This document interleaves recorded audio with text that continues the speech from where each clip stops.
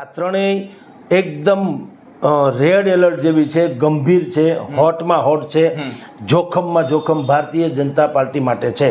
આ ત્રણ બેઠક એના પણ તમને બાયફર્કેશન વાળા વાત તમને થોડી કરી દઉં. કોટ, પોરબંદર, જુનાગઢ ને અમરેલી ને ભાવનગર આ બધી જગ્યાએ લીડ થોડી ઘટવાની, બાકી આરામથી ભારતીય જનતા પાર્ટી જીતી જશે. યોદ્ધાઓ જે કહી શકાય બંને પાસે હતા, એ તો રાજકોટમાં હતા, તો અમરેલી તો રેઢું પણ થઈ ગયું. બીજું ભરતભાઈ સુતરિયાને ટિકિટ ભારતીય જનતા પાર્ટી આપી, એમાં ત્યાંના સ્થાનિક લોકોને રસ નહોતો. સૌથી ડેન્જર ઝોન, સૌથી હાઈએસ્ટ ડેન્જરમાં હોય તો એનું નામ છે. હાલ દુનિયાની સૌથી મોટી લોકશાહીનો સૌથી મોટો પર્વ ભારતમાં ઉજવાઈ રહ્યો છે અને ભારતમાં જે છે ચૂંટણી ઉજવાઈ, લોકસભાની ચૂંટણી જે છે તે ચાલુ છે અને ત્યારે ત્રીજા તબક્કાનું મતદાન જે છે ગુજરાતમાં પૂર્ણ થઈ ગયું છે. મતદારોએ પોતાનો મૂળ જે છે તે ઈવીએમમાં જે છે તે નાખી દીધો છે અને ઉમેદવારોનો ભાવિ છે તે ઈવીએમમાં કેદ થઈ ગયા છે અને હાલ સૌ કોઈની નજર પરિણામ પર છે. અને જોઈએ તો આ વખતે મતદારોએ પણ જે છે ગત ટર્મની સરખામણી આ વખતે મતદાન પણ જે છે ઓછું જોવામાં મળ્યું છે. તેના કારણે ક્યાંક ને ક્યાંક જે છે દરેક બાજુ ચર્ચાએ જોર પકડ્યું છે. ત્યારે આ ચર્ચાને લઈને આપણી સાથે વરિષ્ઠ પત્રકાર જગદીશ મહેતા સર જોડાઈ ચૂક્યા છે, તો આવું તેમની સાથે જ સીધી વાત કરીએ, વાત ગુજરાતી પર. સર, સૌ પ્રથમ તો વાત ગુજરાતીમાં આપનું ખૂબ ખૂબ સ્વાગત છે. સર, શું કહેશો કે આપણે કાલે જે રીતે જોયું કે મતદાન હવે પૂર્ણ થઈ ગયું છે અને મતદાનની આ વખતની પેટર્ન જોઈએ તો આપણે ત્યાં કહેવાય છે એ રીતે કે શરૂઆતમાં સુરા, મધ્ય અધૂરા અને અંતે પૂરા, એ રીતે આખી પેટર્ન જોવા મળી દિવસની. તો સર, આ મતદાન કઈ રીતે ફાયદો, કોને ફાયદો અને કોને નુકસાન કરી શકે છે? જુઓ, એક લીટીમાં કહેવું હોય તો લોકતંત્રને નુકસાન છે અને રાજકીય લોકોને ફાયદો છે. પણ આપણે ધરાતલ વાત કરીએ, શું કામ આવું બન્યું અને આવું નહોતું બનવું જોઈતું હતું. વાત એ બની હતી કે આ વખતની લોકસભાની ચૂંટણી એ દેશની લડાણી જ નથી, પ્રદેશની લડાણી, વિકાસની લડાણી નથી, એ વિવાદની લડાણી છે. તમે જુઓ, એક કરુણાજનક વાતો છે કે જે વિશ્વ હારે આપણે તાલમેલ મિલાવવાની આ ચૂંટણી છે. કારણ કે આ ચૂંટણીમાંથી જે કોઈ સંસદ સભ્ય થશે અને જે બાકીની સરકાર બનવાની છે કેન્દ્રની છે, રાજ્યની નથી, જ્ઞાતિની નથી, વર્ગની નથી, કોમની નથી, બીજું કશું જ નથી. તેમ છતાંય આ વખતે હાવ આડે રવાડે ચડી ગઈ, વિવાદ જગ જાહેર છે. એને કારણે શું થયું કે ભારતીય જનતા પાર્ટી અને કોંગ્રેસ બે ઇન્ડી એલાયન્સ કહો તો એનું વિઝન ડોક્યુમેન્ટ્સ જેને કહી શકાય, જેને ઢૂંઢેરો કે સાદી ભાષામાં ચૂંટણી ઢંઢેરો, એ વિઝન ડોક્યુમેન્ટ્સને પણ સારી રીતે પ્રેઝન્ટ એ કરી પણ ન શકી, લોકો સમજી ન શક્યા. તમે આજે દર ત્રીજા મતદારને પૂછો કે તમે ચૂંટણી ઢંઢેરા વિશે કંઈ જાણો છો, વાંચવાની ને ગ્રંથસ્થ કરવાની તો વાત જ જવા દો, તો ખબર જ નથી કોઈને કે ભાજપે શું વાયદા કર્યા, કોંગ્રેસે શું કર્યા. જુઓ, મતદાન જે છે કોનું હતું? દરેક નાગરિક માટેનું હતું. આ તો સારું થયું કે હજી કમસે કમ બધું અહીં આમ ભગવાનની દયાથી બધું હાલે જાય છે. બાકી માની લો કે એને ચૂંટણી ઢંઢેરામાં એવું લખ્યું હોય કે જો અમે સરકારમાં બનશું તો અમે ગુજરાતથી પાકિસ્તાન આપશું, પાકિસ્તાનથી ભારત આપી દો, તો આપણે ક્યાં વાંચ્યું છે કાંઈ? અને તમે જ મત દીધા છે તો તમારા દ્વારા મત અમે ચૂંટાઈને આવ્યા છે ને અમારો એજન્ડા વાંચી લો, એમ કે એમાં લખ્યું જ છે. તો આપણે તો કંઈ, આ તો ઠીક છે, આવું કંઈ થાય નહીં, પાછો દાખલો છે. તો સવાલ એ છે કે લોકતંત્રની આ ચૂંટણી થઈ જ નથી. આ નેતા તંત્રની થઈ, માર્કેટિંગ તંત્રની થઈ, જ્ઞાતિ તંત્રની થઈ, પ્રદેશ તંત્રની થઈ અને વિવાદ તંત્રની થઈ. આમાં લોકતંત્ર તો ક્યાંય આવ્યું જ નથી. લોકોએ તો મત શું કામ દીધા એ ખબર નથી, શું કામ ન દેવા એ ખબર નથી. એટલે પહેલી વાત તો એ. નંબર 2 કે લોકોએ મતદાન ઓછું કર્યું. એ એટલા માટે સાહેબ, કંદોઈને કોઈ દી મીઠાઈ ન ભાવે, એને રોજનું થયું. અતિની કોઈ ગતિ નથી. એટલે અતિની ગતિ નહીં, મુદ્દો ભલે 100% સાચો હતો, પરંતુ પ્લેટફોર્મ ખોટું હતું. આપણે ઘરમાં મનમુટાવ થતા હોય છે, પણ એ કંઈ ગામના ચોરે જ નથી કહેતા કે રહોડામાં રાંધણિયામાં આપણે સમાધાન કરી લેવાના હોય, બરાબર, તો એ ટકી રહે. આ ચોરે લઈ ગયા અને થયો ડખો. એને કારણે બીજું બધું જ મેનિફેસ્ટો, વિઝન ડોક્યુમેન્ટ, આવડત, કામગીરી કરી હોય તે, ભૂતકાળમાં કરી હોય તે, ભવિષ્યમાં કરવાના હોય તે, કોઈ વાતની પ્રજાને ખબર ન પડીને 1.5 મહિનો સુધી આપણે ફીફા ખાંડ્યા જ કર્યા એક ને એક મુદ્દે. એમાં માફી માગે તો ભલે, ન માગે તો ભલે, માગે તો ભલે, ન માગે તો ભલે. આમાં ને આમાં જે 18 વરણ પીસાણું, એમાં લોકો જરા ફ્રસ્ટ્રેશનમાં આવ્યા, નિરાશ થયા, હતાશ થયા કે આનો કોઈ મતલબ નથી. આ ચૂંટણી કેવી કહેવાય? ચૂંટણી દેશની છે ને લડાઈ છે કેના મુદ્દે? એટલે એક તો એ પ્રોબ્લેમ. અને બીજો હતો એ પૂરું કર્યું ઉનાળાની ગરમીએ. એટલે આ બંને વસ્તુ ભેગી થઈ એટલે જે મતદાન થયું ને બધા જ લોકો સામાન્ય રીતે એમ કહે છે કે ઓછું મતદાન થયું છે. એને કારણે એમ કે બહુ નિરાશ કે હતાશ થવા જેવું, કોને નુકસાન કોને. મેં કીધું આ ઓછું મતદાન નથી થયું. આ જે મતદાન થયું છે ને એ શિસ્તબદ્ધ રીતે થયું છે, બુદ્ધિપૂર્વક, કમિટેડ વોટર્સ એને કહેવામાં આવે. જે લોકોને મતને વેલ્યુની ખબર છે અને જેને પોતાની કોઈ વિચારધારા છે, આ બંને એ મત દેવામાં કોઈ છોછ રાખી નથી, નથી ઉનાળાની નથી વિવાદની. એ લોકોએ મતદાન અચૂક કર્યું છે. કમિટેડ વોટર્સ કોને કહેવાય? હું સવારના પરમાં મારી ઓફિસે આવી જાઉં છું કે નહીં, એ પછી મારી તબિયત સારી હોય તો ભલે, ન હોય તો ભલે, આજે સમાચાર સારા હોય તો ભલે, ન હોય તો ભલે, મને કોઈ વાહન મળે તો ભલે, ન મળે તો ભલે, મારે ઓફિસે આવવું રહ્યું, ધેટ્સ ઓલ. એને કહેવાય કમિટેડ. એમ કમિટેડ વોટર્સ કે જે ભારતીય જનતા પાર્ટી છે એને પછી કાળો ચોર હોય તો મારે દેવો છે એટલે દેવો છે. કોંગ્રેસના જે છે એને ગમે એ હોય, ભાઈ પરેશ ધાનાણી હોય કે કોઈ પણ હોય, મારે કોંગ્રેસને મત આપવો છે. એવા જે લોકો હતા બંને તરફના કમિટેડ વોટર્સ, એ લોકોએ બુદ્ધિપૂર્વક, અને બીજા કેટલાક પરિપક્વ લોકો જેને લોકશાહીના મતનું મૂલ્ય ખબર છે કે આ મતનું કેટલું મૂલ્ય છે. આંગળીમાં એક ખાલી ટપકું કરાવો તો એ ભારત માતાની તમારી જાણ શેથામાં સિંદૂર પૂરવા જેવું કે કપાળે તિલક કર્યા જેવું છે. એવા જે વિચારવાળા હતા એ સવારના પરમાં રાષ્ટ્રીય ફરજના ભાગરૂપે બુદ્ધિપૂર્વક ત્યાં મત આપી આવ્યા. આમાં કોઈ ફ્લોટિંગ વોટર્સ કહેવાય, જે પવનની ઓલી તરહની આરે આડાવડા થતા હોય એને ફ્લોટિંગ કહેવાય. કે કોઈ મોટો મુદ્દો આવે તો આને દઈ દે, એથી એની સામે નો આવે તો આને દઈ દે, કારણ કે એની પોતીકી કોઈ વિચારધારા હોતી નથી. એટલે એ કોઈ વિચારધારાને સમર્પિત ન હોય, એ તો કોમન મેન છે, મારું ભલું થાજો એવું લાગે એને કે ભાઈ આ કઈ વાત વધુ સારી છે એટલે એ લોકો મત આપતા. આ વખતે એવા લોકો નથી નીકળ્યા, નંબર 1. નંબર 2, બંને પક્ષના લોકોએ પણ આવી કોશિશ નથી કરી. જે પેલા સોસાયટીઓમાં આવીને લોકોને લઈ જતા હતા છકડો રિક્ષામાં ને ઓટો રિક્ષામાં, એ પણ આ વખતે કોઈએ કરી નથી. એ નથી કરવા પાછળના જે કંઈ કારણો છે એ પછીનો ડિબેટનો વિષય છે, પણ એ નથી થયું. એટલે જે કંઈ મતદાન થયું એ સ્વયંભૂ થયું અને શિસ્તબદ્ધ થયું, કમિટેડ થયું. એટલે ઓછું ભલે થયું, ઓછું ગરમીને માંડીને વિવાદ સુધીમાં, પણ જે થયું છે એ મૂલ્યવાન થયું છે. ઓછું મતદાન થવા છતાં પણ કમિટેડ વોટર્સનું મતદાન થયું છે આપણી જાણ ખાતર. સર, આ વખતે જોઈએ તો ઓલ ઓવર મતદાન જે છે થોડું ઓછું થયું છે, પરંતુ જે આપણે વલસાડ જોઈએ કે પછી બનાસકાંઠા જોઈએ ત્યાં મતદાન વધ્યું છે, અને સામે અમરેલી જેવા વિસ્તારમાં જોઈએ તો ત્યાં મતદાન ઘટ્યું છે. અને આ વખતે જોઈએ તો કપરાડા તાલુકામાં તો 79% જેટલું, એટલે કે 80% આસપાસ મતદાન થયું છે. અને એ ગ્રામીણ વિસ્તાર છે. આપણે કહેતા મોટાભાગે વાતો થતી હોય છે કે ગ્રામીણ વિસ્તારમાં લોકો જે છે મતદાનને લઈને જાગૃત નથી થતા, પરંતુ આ વખતે જાગૃતિ ત્યાં જોવા મળી. તો સર આ બધું, અને ત્યારબાદ આ જે બેઠકોની આપણે વાત કરી, વલસાડ હોય, બનાસકાંઠા હોય કે અમરેલી, આને કઈ રીતે જોઈ રહ્યા છો સર? જુઓ, હવે એ જાગૃતિ પણ નથી સાહેબ. આપણે માની લઈએ છીએ એ બધાને પૂછડા મળીને તમે ગાડાની ધોહરીએ જોડ્યા ને એટલે બધા આવ્યા છે. જાગૃતિ હોય તો તમારે પ્રચાર કરવાનો ક્યાં સવાલ છે? તમે 5-10 વર્ષ જે કોઈ શાસન નરેન્દ્ર મોદીએ કર્યું તમારી નજર સામે છે, સારું છે યા ખરાબ છે, વાત ક્લિયર છે. હવે એમાં એ કે ન કે, તમે એટલા અબૂધ તો નથી કે એને ભાષણ કરવું પડે. એણે જે કર્યું તે તમને સારું લાગે તો મત આપો, ન લાગે તો ન આપો, વાત થઈ ગઈ પૂરી. બીજું, હવે જ્યારે એક વસ્તુ નક્કી છે કે કા નરેન્દ્ર મોદી સારા છે ને કા ખરાબ છે, ઓકે, બેમાંથી એક તો નક્કી છે. સારા હોય તો કોને મત આપવું તમારી પાસે નક્કી છે, ખરાબ હોય તો સામે વિપક્ષ તો છે જ, કોંગ્રેસ તો કે જ છે. કોંગ્રેસ છે, એનડીએ એલાયન્સના જે કોઈ પક્ષો છે, આમ આદમી પાર્ટી છે, ઇવન તો અપક્ષ પણ છે. તમને એમ લાગે કે આ બધા પક્ષોએ કંઈ મજા નથી કરાવડી, પણ ફલાણાભાઈ અપક્ષ સારી રીતે છે, આપણે અડધી રાતનો હોકારો છે, રોટલે પાણીએ મોટો માણસ છે, સમજણો છે, આપણી દુઃખ સુખમાં ભાગ લે એમ છે, તો હાલો આપણે એને મત આપીએ. એને કહેવાય સ્વયંભૂ. એક પણ પ્રકારના ડખા પીંજણ વગર કે ભરોસા વગર કે ભાષણ કુષણ વગર જો તમને કોઈ મત આપવા લોકો આવે એને કહેવાય સ્વયંભૂ.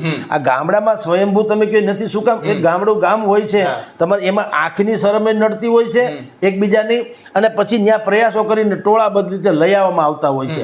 જો આ લોકોએ સ્વયંભૂ તમે કેમ જાગૃતિથી કર્યું હોય તો પછી શિકાયત કરો છો છે ને, તમે જેને મત આપ્યો સારો હોય તો જ મત આપ્યો હોય ને, તો સારો હોય ને મત આપ્યો પછી તમારે ફરિયાદ ક્યાં કરવાની રહી? એટલે એવું નથી કે ક્યાંય જાગૃતિ આવી ગઈ છે, ત્યાં પણ મેનેજેબલ છે. ગામડામાં પણ આપણા કરતાં વધુ ઉસ્તાદ છે એમ કે તો હાલે. શહેરમાં શું છે, શહેરમાં ટાઈમ ફેક્ટર બહુ મહત્વનું હોય છે. ગામડામાં એ ભગવાનની દયા હોય છે. એ ગામના ગોંદરે બેઠા રહીએ, વાત કરવું કે મારે ફલાણા ગામ કરિયાણું લેવા જવું છે, તો કે 2-3 દિવસ વિચાર કરું કે સારો હથવારો હોય ને તો જાઉં, લે હાલે 3 દિવસ વિચાર કરે જવાનો. એટલે નથી કહેતા એક ભાઈ કે ભાઈ મારે લંડન જવું છે એવો વિચાર કરું છું તો કેટલો ખર્ચ થાય? ઓલાએ કીધું 1 રૂપિયો ખર્ચ ન થાય. તો કે કેમ એવું હોય કોઈ દી? તો કે હા વિચાર કરવાનો કાંઈ નહીં, જવું હોય તો ખર્ચ થાય. આ એના જેવું છે. એટલે ગામમાં હજી કારણ કે ખેતી છે એ કંઈ ઓફિસ નથી કે ત્યાં બળદ 9 વાગે જોડી જ દેવો પડે, એવું કાંઈ હોય નહીં. 9:30 જોડી દો, રોંઢે જોડી દો, તમારી ઈચ્છા પડે એમ થાય ને. તો ખેતીથી માંડીને જે કાંઈ છે તે ત્યાં થોડીક હળવાશ હોય છે. બધી જ જગ્યાએ આમ છે એમ નહીં, પણ પ્રમાણમાં થોડીક સમયની હળવાશ હોય છે. એટલે ત્યાં તમે કોઈના ઘર ઘરાવ જઈને પણ હાલો હાલો કરીને, અને બીજું મેં કીધું એમ નાનું એવું ગામડું હોય, એમાં જે નેતા હોય કે જે કોઈ કાર્યકર હોય એને લગભગ બધા સીધા સંપર્કમાં હોય, એટલે એની આંખની શરમે પણ બધા જતા હોય છે. અને હવે ક્યાંય ભોળા બોળા છે એમ કોઈ માની ન લેવું. સ્વયંભૂ તો નામે જાગૃતિ જેને કહી શકાય લોકતંત્ર માટે, એવું મતદાન નથી થયું. દરેકે કમિટેડ વાળાએ જ મતદાન કર્યું. હા, મતદાનની ટકાવારી ઊંચી ગઈ, પણ મેં કીધું ત્યાં એવી સવલત છે એટલે ઊંચી ગઈ. ગામમાં તમે ઢંઢેરો પીટાવીને બધાને એકારે ભેગા લઈ જઈને મતદાન કરાવી શકો. એક જ તો લગભગ મતદાન કેન્દ્ર હોય, આખા ગામમાં એટલા ખોડા હોય, 400-500 ખોડા હોય, તમે ભેગા કરીને લઈ આવો. શહેરમાં એવી સુવિધા નથી હોતી, સમયની પણ પાબંદી હોય, અને તમે લોકોને અહીંયા પાછા જે તે લોકો નોકરી કરતા હોય, જે તે ક્ષેત્રમાં હોય, તો તમે એને કંઈ આવી રીતે તમારા કહેવાથી ન આવી જાય, એના પોતાના પાછા લાઇકિંગ ડિસલાઇકિંગ બધું હોય, એટલે એવું નથી થયું. એટલે ગામડામાં થયું છે એ જાગૃતિને કારણે નથી થયું. એમાં આ કમિટેડ વાળી વાત થઈ. પણ આફ્ટર ઓલ અત્યારે જે સ્થિતિ તમે જુઓ છો એમ ગ્રામ્ય પંથકમાં મતદાન વધુ થવા પાછળ આ વિવાદ પણ અત્યંત જરૂરી છે, એમાં જવાબદાર છે. અને એ વિવાદને કારણે બંને પક્ષે ભારતીય જનતા પાર્ટીને ફરક બેસી ગઈ કે જો ક્ષત્રિય સમાજ જે છે એ ઉરલીને બીજા બધા 18 વર્ણમાંથી જે વર્ણ હારે એનો મેળ પડે એને લઈને જો મતદાન કરાશું તો આપણે હારી જશું. એટલે એણે પણ પૂછડા મરડ્યા હોય ને એના વિસ્તારમાં જે કાંઈ લોકો હોય તે, ટૂંકમાં બંનેએ અસ્તિત્વનો આ જે વાત ચાલતી હતી શું કે અમારી અસ્મિતાની લડાઈ છે, અસ્મિતાની ઓછી ને અસ્તિત્વની વધુ લડાઈ થઈ ગઈ. એટલે બંનેએ પ્રયાસ કર્યા છે. એટલે આ બધું મતદાન સ્વયંભૂ નહીં, આટલું ભાષણ ભરવા છતાંય 55 માંડ પહોંચ્યા છે. એટલે આ બધું જે મતદાન થયું છે એનું ગુજરાતી એ છે કે જ્યાં જે વર્ગની કે ક્ષત્રિય સમાજ હોય તો એની, પાટીદાર સમાજ હોય તો એની, ભારતીય જનતા પાર્ટીના કમિટેડ હોય તો એની, આવી રીતે જ્યાં જેની પેઠ અને જ્યાં જેનું સંગઠન મજબૂત હતું એ પ્રકારનું મતદાન થયું છે. એટલે આખી સ્થિતિમાં સૌરાષ્ટ્ર કચ્છની જે 8 બેઠક છે અત્યારે, એમાં જે આપણને મળેલા અહેવાલ અનુસાર, કારણ કે આપણી ઈચ્છા નથી કોઈ જીતે કે કોઈ હારે, ભગવાન હવને સુખી રાખે, પણ જે આપણને અત્યારે મળ્યું છે વિગતો એ એમ સૂચવે છે કે 8 બેઠકમાંથી 3 બેઠક જામનગર, કચ્છ અને સુરેન્દ્રનગર, આ ત્રણેય એકદમ રેડ એલર્ટ જેવી છે, ગંભીર છે, હોટમાં હોટ છે, જોખમમાં જોખમ ભારતીય જનતા પાર્ટી માટે છે. આ 3 બેઠક એના પણ તમને બાયફર્કેશન વાળા વાત તમને થોડી કરી દઉં કે સુરેન્દ્રનગરમાં શું છે તમને કહું. આ ભારતીય જનતા પાર્ટી તરફથી ચંદુભાઈ સિહોરા છે ને ભાઈ કોંગ્રેસ તરફથી ઋષિકેશ મકવાણા છે. હવે ત્યાં શું થયું, સવારના ભાગે શહેરમાં મતદાન થયું, સવારના ભાગે થયું. એ મેં તમને કીધું સૌની વ્યસ્તતાને કારણે, કારણ કે પછી નોકરી કરવાવાળા નોકરી કરવા જવાનું હોય, દુકાન કામ કરવાવાળા દુકાને જવાનું હોય, કારખાને જવાનું હોય, છોકરાઓને મૂકવા જવા માટે મહિલાઓ પણ સવારનો એક જ સમય હોય, પછી પાછા એ કામમાં એટલે બધાએ સવારે કર્યું. પણ ગ્રામીણ પંથકમાં, સુરેન્દ્રનગર પંથકના ગ્રામીણ પંથકમાં સૌથી વધુ મતદાન વિશેષ થયું. એ વિશેષ મેં આપને આગળ કીધું તેમ ક્ષત્રિય સમાજે પણ બળ કર્યું હોય, પાટીદાર સમાજે પણ બળ કર્યું હોય, કોંગ્રેસે કર્યું હોય, ભાજપે કર્યું હોય વગેરે. અને ત્યાં ક્ષત્રિય સમાજનો દબદબો છે એ આપણે જાણીએ છીએ. બીજું ભારતીય જનતા પાર્ટીમાં તળપદાથી માંડીને ચુવાડિયા એનો ડખો હાલતો હતો. એટલે એમાંય બંનેમાં પાછા ઈગો ક્લેશ તો હોય જ, કારણ કે કોણ મેઇન એના જેવી વાત છે. એટલે એમાં પણ જે લોકોએ થતી એટલી મહેનત કરી હોય, એટલે સવારના ભાગે અહીંયા શહેરોમાં તો થયું છે, ગામડાઓમાં પણ થયું છે. એટલે ગામડાઓમાં જે મતદાન થાય એ ક્ષત્રિય સમાજનું ફેવરમાં અને ક્ષત્રિય સમાજના કહેવાથી થાય એવું ન્યા, કારણ કે જે સૌરાષ્ટ્ર કચ્છના જે આપણે 8 બેઠક છે એમાં જ્યાં સૌથી વધુ પ્રભુત્વ ધરાવતું હોય ક્ષત્રિય સમાજ, એમાંનો આ એક જિલ્લો પણ છે. એટલે ત્યાં મતદાન થયું છે. સામે પક્ષે આ મેં કીધું એમ ભાઈ ચંદુભાઈ સિહોરા કરતાં ઋત્વિક મકવાણાની જે છે કાબેલિયત, આવડત, એબિલિટી, એ માણસ હાથવગો છે, 24 કલાક અવેલેબલ છે, આઈક્યુની દ્રષ્ટિમાં બધી રીતે તમને કહું તો એ ચડિયાતા તો છે જ ભારતીય જનતા પાર્ટી તરફથી, એના કોંગ્રેસ તરફથી. એટલે એના તરફે મતદાન થયું હોવાનું વધુ જાણવા મળે છે. આ કોંગ્રેસના આપણે ભારતીય જનતા પાર્ટીના ચુવાડિયા અને તળપદાના વિવાદને કારણે પણ કોંગ્રેસ તરફી મતદાન થયું હોવાનું આ સુરેન્દ્રનગરની વાત છે, એ પણ રેડ એલર્ટ ઉપર છે. બીજું જે છે એ કચ્છમાં છે. કચ્છમાં સૌથી વધુ જે ક્ષત્રિયનો પ્રભાવવાળો વિસ્તાર છે એમાં એક કચ્છ પણ આવે છે. પણ કચ્છમાં સૌથી વધુ મતદાન કોણ કરે છે? દલિત અને મુસ્લિમ. એટલે એક તો દલિત સમાજ, મુસ્લિમ સમાજ, ક્ષત્રિય સમાજ, તદ ઉપરાંત કચ્છમાં વાસણભાઈ આહિર એની નારાજગી એ પણ ભારતીય જનતા પાર્ટીને ભારે પડે એમ છે. કારણ કે છેક સુધી એને મનાવવામાં સફળ થયા નથી. તમે આટલો પ્રચારનો 1.5-2 મહિના થયા, વાસણભાઈ આહિરે ક્યાંય કીધું હોય તો સાંભળો કે વિનોદભાઈ ચાવડાને કિંમતી ને પવિત્ર મત આપો, એવું ક્યાંય આપણે જોયું નથી. નથી ટીવીની બાઇટ્સમાં જોયું કે નથી છાપામાં જોયું. એનો અર્થ એમ છે કે એવડી મોટી હસ્તી કંઈ વાસણભાઈ આહિર કંઈ કમ નથી. 2-3 ટર્મ મંત્રીઓ રહી ચૂકેલા વ્યક્તિ છે.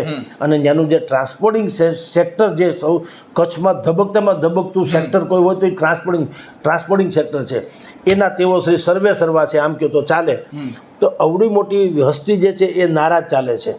અને ભાઈ જે લલન કોંગ્રેસમાં જેણે ટિકિટ આપી છે એ લલનભાઈ જે છે આરટીઆઈ એક્ટિવિસ્ટ છે, એટલે એણે કેટલાય કૌભાંડો બહાર પાડ્યા છે, એને કારણે એ જાણીતા છે. ઉપરાંત એક એનું અનુસંધાન નીકળે છે ક્ષત્રિય સમાજ સાથે. ક્ષત્રિય સમાજ રજવાડું જે છે ને, ભલે રાજવીપણું હોય એટલે કે રજવાડા હોય કે પણ રજવાડાની રીત હજી નથી ગઈ, રીત હજી યથાવત છે. અમુક દિવસે ત્યાં રાજ તિલક રજવાડાઓના યુવરાજોને કરવામાં આવે છે. એ જે રાજ તિલક કરે છે એ માહેશ્વરી સમાજના એક ગુરુદેવ છે, ધર્મગુરુ, એના દ્વારા કરવામાં આવે છે.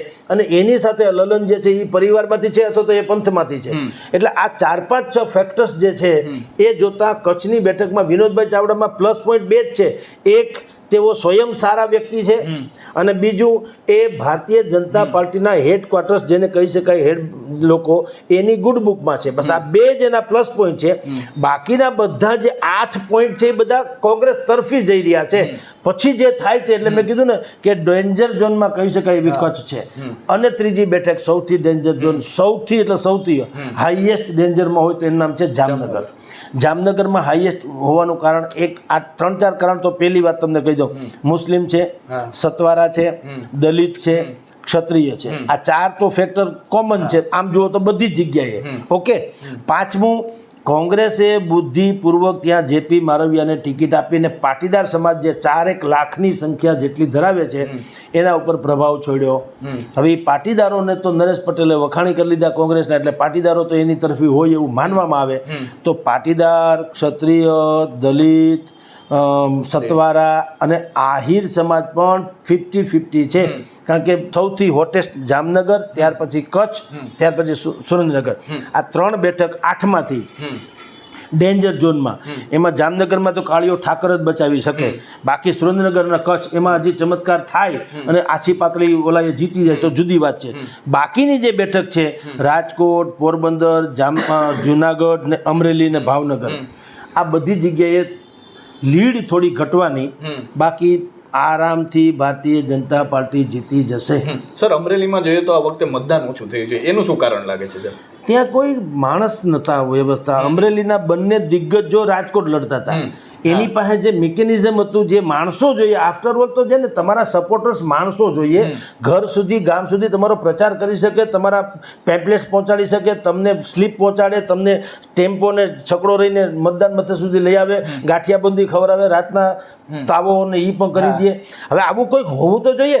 જે આ બંનેને માટે અહીંયા અસ્તિત્વનો જંગ હતો, પરસોત્તમભાઈ રૂપાલા માટે પણ અને પરેશ ધાનાણી માટે પણ અસ્તિત્વનો જંગ હોય, એટલે એને સારામાં સારા બધા માણસોને તો અહીં રોક્યા જ હોય. તમામ યોદ્ધાઓ જે કહી શકાય બંને પાસે હતા, એ તો રાજકોટમાં હતા. તો અમરેલી તો રેઢું પણ થઈ ગયું. બીજું, ભરતભાઈ સુતરિયાને ટિકિટ ભારતીય જનતા પાર્ટી આપી, એમાં ત્યાંના સ્થાનિક લોકોને રસ નહોતો. કારણ કે એણે કીધું આને તમે ક્યાં આપ્યા ભાઈ સાહેબ? કારણ કે એણે બીજા 6 નામ આપ્યા હતા. બીજું, દિલીપ સંઘાણી જેવા માણસો હતા, તો એવા લોકોને ક્યાંય તમે પ્રચારમાં જોયા નથી. ક્યાંય દર્શન દુર્લભ છે એવા થઈ ગયા. શું કામ? એને રસ જ ન પડ્યો. ભારતીય જનતા પાર્ટીનું એકાદું એક જૂથ અમરેલીનું છે જે ભરતભાઈ સુતરિયાને સ્વીકાર્યું, બાકી કોઈએ સ્વીકાર્યું નથી. આ તો ઉપરથી થોપી દેવાયેલા છે. પક્ષે આપેલા, સામે પક્ષે જેનીબેન ઠુમ્મર છે, શિક્ષિત છે, યુવાન છે, સક્રિય છે, મહિલા છે, બધું છે, પણ પાછા માણસો તો હોવા જોઈએ. મૂળ વાત તો એ છે. એટલે તુલનાત્મક રીતે તમે જુઓ તો ભરતભાઈ સુત્રિયા કરતા 10 ગણા સારા પરફોર્મન્સના આધારે કહો તો જેનીબેન ઠુમ્મર ગણાય. પણ આફ્ટર ઓલ બધું વાંચતે ગાજતે તો માંડવે આવે ને.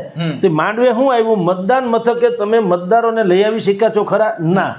એટલે બેમાંથી એકે ન લઈ આવી શક્યા. અને જે ઓછામાં ઓછું મતદાન થયું પણ કમિટેડ લોકોનું થયું હોય તો આપણે જાણીએ છીએ કે 30 વર્ષથી એટલે કે 3 દશકાથી જે સરકાર સત્તા ઉપર હોય, કમિશન મેનેજમેન્ટ તો એનું જ હોય ને, સત્તા બધી એની પાસે હોય ને મોટા ભાગે. એટલે આ બધું નડ્યું એટલે સૌથી ઓછું મતદાન ત્યાં અમરેલીમાં થયું. આમ છતાં ભરતભાઈ એ બુદ્ધિપૂર્વક જીતી જશે થોડી ઘણી આછી પાતળી સંખ્યાની દ્રષ્ટિએ. પોરબંદરમાં પણ સર સરખામણી ઓછું થયું, એનું શું કારણ લાગે છે? અને ત્યાં તો આપણે જોઈએ તો વિધાનસભાની પણ ચૂંટણી જે છે તે સાથે હતી, અને વિધાનસભાની ચૂંટણીમાં પણ આ વખતે જોઈએ તો સરખામણી ઓછું મતદાન થયું છે. તો સર એનું કેવું લાગે છે? જુઓ, મેં આપણે જે ડિબેટની શરૂઆતમાં કીધું ને કે લોકો ઉબકે આવી ગયેલા હતા.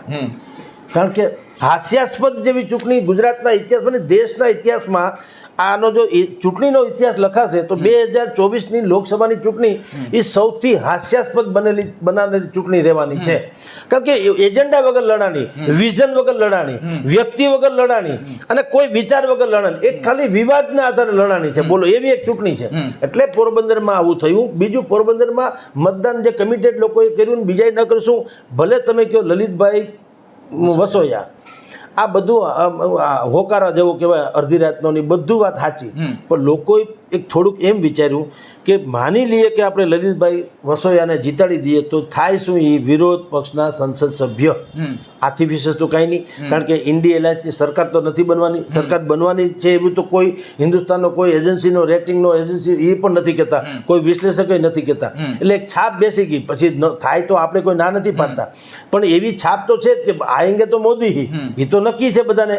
હવે બેઠક ભલે 400 કે પાર ન જાય, પણ મોદીને કાંઈ કોઈ હટાવી શકે એમ નથી, એવી તો દ્રઢ માન્યતા હતી. એટલે લોકોનું માનસ શું થાય કે એક વાત તો એ નક્કી છે કે લલિતભાઈ આવે તો પણ વિપક્ષના સંસદ સભ્ય બને, એટલે એના ભથ્થા શરૂ થાય ને એનું બધું થાય. બાકી રજૂઆતની હવે કોઈને પડી નથી.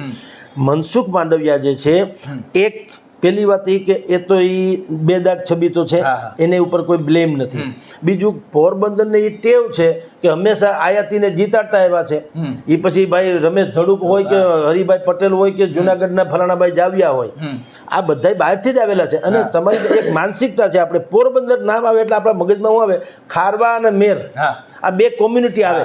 વાસ્તવ એવું નથી. કુતિયાણામાં અને રાણાઓમાં વાત કરો તો બાકી ક્યાંય પોરબંદર સીટમાં જે આવે છે તો આપણા વિસ્તારો આવે છે. આપણે એટલે રાજકોટ જિલ્લાને ટચ હોય એવા ગોંડલ છે, બીજા બધા ગામડા, હા માણાવદર, આ બધા ગામડાઓ આવે છે. ગોંડલ, જુનાગઢ, ભાયાવદર ને આ પટેલ સમાજના ઉપલેટા ને એવું બધું. તો એ ભાગ્ય આપણે માનસિકતા એવું આપણી પોરબંદર એટલે એમ કે ખારવા ને ફલાણા, એટલે આપણે માન્ય કે ઓહો મનસુખભાઈ તો. પણ ભાઈ બાકીના જે મતદારો તમે ટકાવારી જો તમે પાટીદારોની સંખ્યા બહુ મોટી છે. એટલે મનસુખભાઈને આવવાથી એક વસ્તુ લોકોએ નક્કી કરી કે આ વિપક્ષના સંસદ સભ્ય બને એના કરતાં શાસક પક્ષના બને. તો એક વાત તો નક્કી છે કે મનસુખભાઈ ગુડ બુકમાં છે એટલે કેન્દ્રમાં મંત્રી તો બનવાના જ છે, એમાં તો કોઈ સંશય નથી. તો જે હવે પ્રજાએ એટલું બધું, હવે પ્રજા છે ને કોઈ રાજતંત્ર ઉપર એટલું બધું નિર્ભર નથી કે તમારા કીધે અમારા છોકરા ઉછરી જાય અથવા તો અમારા બંગલા હોનાના થઈ જાય, એવું બધું કાંઈ છે નહીં. હવે બધાને એ મર્યાદા પર જાગૃતિ આવી ગઈ છે કે તમારી મર્યાદા શું છે, એટલે કે સંસદ સભ્યની એની મર્યાદાની ગ્રાન્ટ વાપરવાની છે. મંત્રી થાય તો વળી ખેર, અને મંત્રી થાય તો એ મહેમાનની જેમ જ આવવાના પછી તો આ વિસ્તારમાં. એટલે લોકોએ એમ કીધું કે કમસે કમ એની સહીથી કંઈક થાય તો ખરું એટલીસ્ટ.